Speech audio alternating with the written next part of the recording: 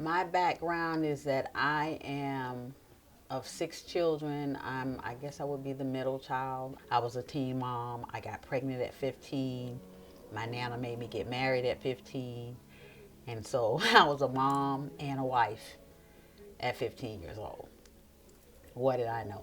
Nothing. But I always had this notion in me that there was more to me than what I was being a part of. It was more to me than this community and the things that I was doing. And so I know I poured out more bad stuff than I good. I became a product of my environment. I was home. I was babysitting my 2 grandkids. My granddaughter is 8 now, but she was just an infant. My daughter came in and she brought her in and she just dropped her car seat down on the floor, dropped the baby bag down on the floor, and just walked out. And when she did that, I looked down at my grandbaby and I shed a tear. And I was like, as long as grandma has breath in her body, I'm going to be here for you. And when I said that, God was like, I need you to help the mothers and save the children. And I didn't think about it too hard until the incident with baby Jordan Bellevue. 5 loved ones will gather at this time tomorrow to remember Jordan Bellevue, the 2-year-old boy who police believe was murdered by his own mother. And as that mom, Cherise Stinson, appeared in court today, our team of reporters uncovered all new details about what might have motivated her to cover up her son's death. Cherise Stinson admitted to detectives she struck her 2-year-old son Jordan, knocking him into a wall and causing him to have seizures. And when I saw that little baby boy and his young mom had killed him, every time I saw his face, I saw my grandbaby's face. I went to 49th Street and I visited Cherise. And I asked her if I could dedicate my organization to her baby boy. And she cried and she told me thank you. And she said she hopes as many women as possible will take advantage of what I'm trying to do and being there for women and children so they don't end up like her. After her, there were several other incidents and they were just coming. And it's still taking place right now. When you come from a disadvantaged background, you're not poured into the right way. You might not be poured into at all. I know that I wasn't poured into. And that's why I can understand some of the things more. And there's nothing that a woman can walk through the door that I can't relate to them with. So if I've come this far and I can change and I can develop and I can evolve into what I am now, you can do the same thing.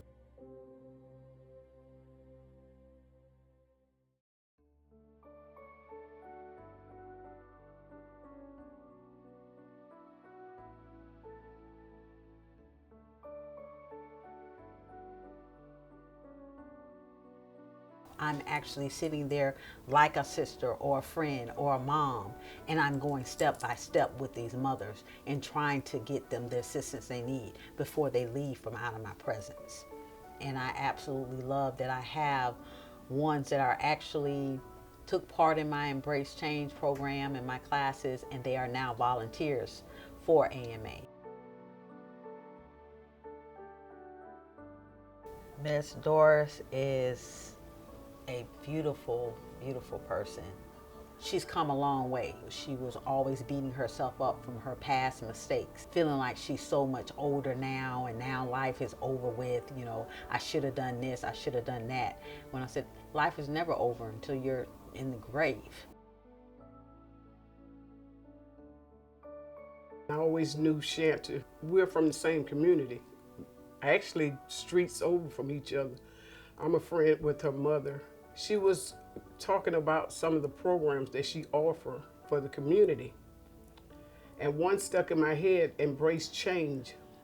That's what made me want to come and attend the class. It's an 8-week class by self-worth, your self-esteem, and your growth. What I really too enjoyed about the class was I felt safe, that I could open up and speak. I felt like all the ladies that was in here had gone through some of the situations I had gone through. We bonded together from that. I mean, I literally got a text this morning and she said that she's in the process of reading my curriculum, reading my book. And it's on a part in my book where it says it's never too late. And she sent me a picture of it and she says, I'm so grateful for you and I thank you. She says, because now after reading this, I'll be returning to school. So that made my day. That touched my heart in a big way. And I said I wasn't gonna cry.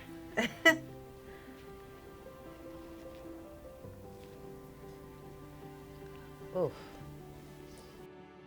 I learned how to be a mother, and today I could say I have a strong relationship with my sons and my grandkids. I share that with other females that I know that are still out there, that it is hope. It's hope.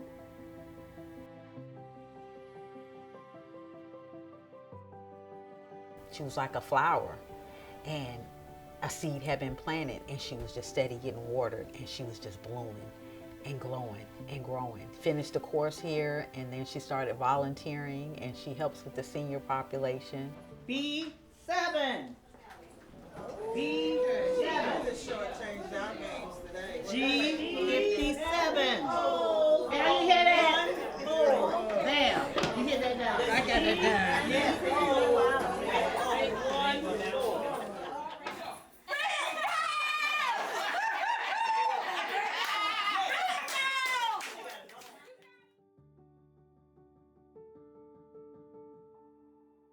I'm successful every time I just speak to a woman and her pep is in her step now. You know, you have some that come in and they're just so gloomy.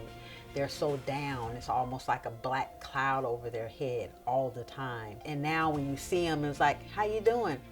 I am doing good. And you know, I'm blessed. I'm working on things. Instead of saying the negative part, they're more upbeat with it. It's rewarding. That's the best reward to feel. Every day you should be learning. Every day you should be evolving. Once you get that in someone's head and they really, really soak it in and they take flight with it, it's awesome.